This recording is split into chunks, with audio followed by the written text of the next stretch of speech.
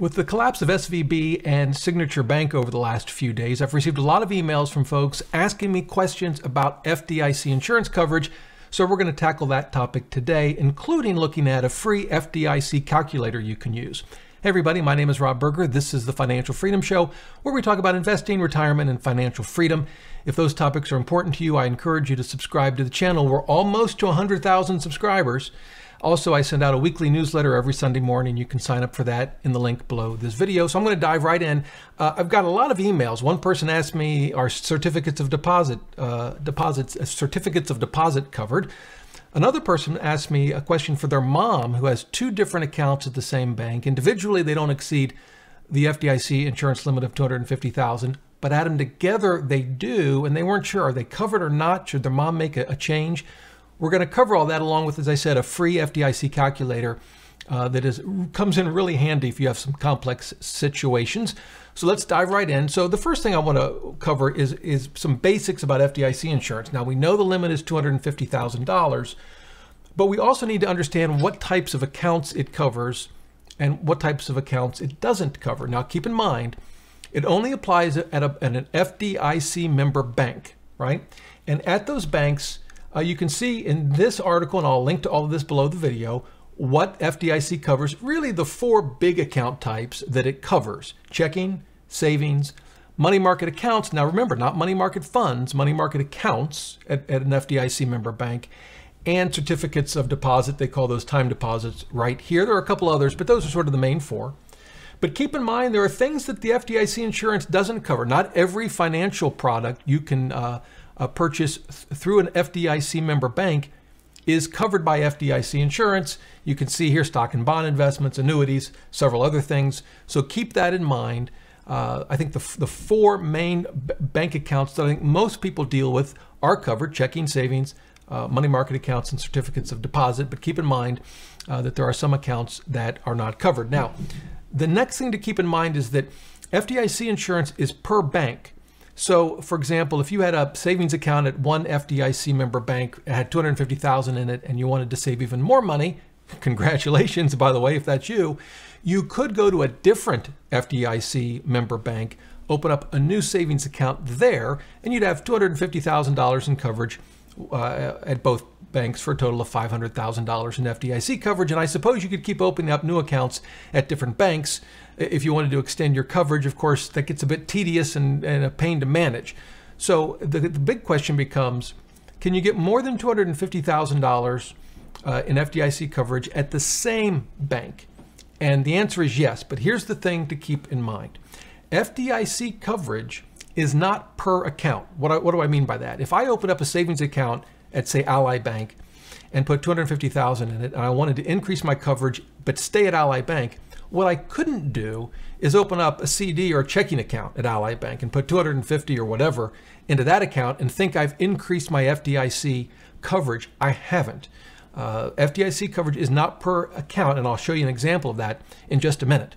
However, it is per what's called an ownership category. So, for example, I could have a savings account in my name, $250,000.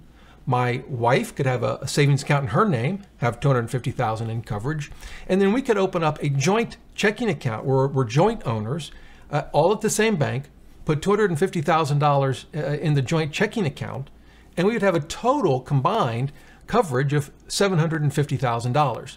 But it gets even more interesting, because if you have what's called payable on death on your account, that is, if something happens to you, you can tell the bank, hey, I want my child or my grandchild or my spouse to take over this account. It's typically called POD, payable on death.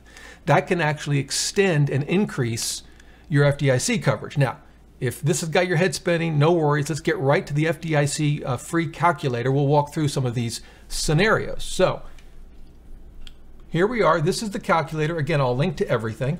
And we'll start simple. We'll just use Ally. We're going to put in a personal account. Now notice this here. I don't know how well you can see it on the screen, but it says single, no beneficiaries. So for example, let's assume I've opened up an account at a bank, but I have not designated a person or entity as a payable on death beneficiary. I have no beneficiaries associated with this account at the bank. So I'm the owner, and we'll call this Rob's CD, and we'll just say it's got $250,000. Now we know, whoops, always forget this. You got to tell the FDIC that you're living. They insure the living. All right, fair enough. Obviously, if we calculate this, we can see here's my account. You can see I have no beneficiaries, and I'm fully covered.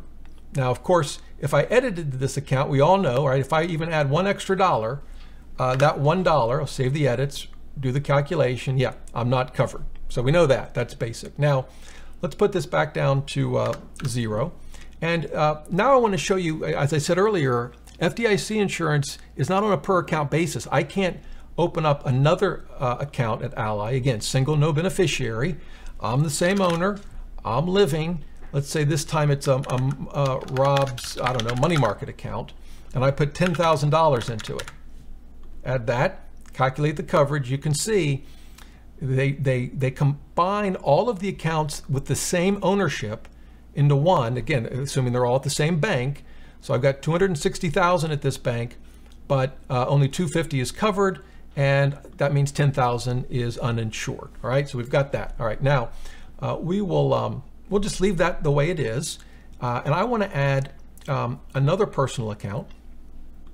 But this time I'm gonna designate a beneficiary. So this is something I would do at the bank. You can actually do this in a trust document too. You see they have a living trust option. But at the bank, you know, you have your signature card, you're opening your account. They'll typically ask you, do you want to designate someone to take over your account? They call it payable on death, you know, if you should pass away. And so we're going to do that. So I'm still the owner. Nothing's changed there. This is my account. But I'm going to add a beneficiary, and I'll just say child number 1. And this is a person, they're living. I'll call this, I'm going to call it Rob's Jumbo CD. You'll see why in a minute. For now, I'm going to put $250,000 into this account, and I'm going to calculate the coverage. Now, you'll notice a couple of things. First of all, nothing has changed with these individual accounts that don't have beneficiaries. I've still got $260,000, $250,000 of it's covered, $10,000 is not. But now I've got this new account where it's still in my name. All I've done is add a beneficiary to this account, child number 1. And as a result, I get another $250,000. In effect, I believe the way the FDIC looks at it is that really child number 1 is getting that coverage. But as a practical matter, it's still my money, right? My child would have no, or whoever I designated as a beneficiary would have no control over this account. I could change who the payable on death person is if I wanted to, but I have coverage, $250,000. Now, let's edit this, and you'll see why I'm going to do this, but I'm going to get crazy, and I'm going to assume I've got 1.25 million in this account. Calculate the coverage, and as you probably would have expected, look, I've got $1 million that's uninsured. Well, what if I had another beneficiary? We'll say child number 2. I would get in trouble if I left one of my children out, so I got to put them both in there, save it, calculate it, and look at this. My insured amount has gone up, because it's $250,000 per beneficiary. So I still have $750,000 uninsured, but I've doubled my FDIC insurance by adding another beneficiary. Now, as you might imagine, I could keep doing this. I could add another beneficiary. We'll say grandchild number 1. We'll let them in on the fun. Save the edits, calculate it, and look, my insurance, I don't know how well you can see it, but it's gone up to $750,000.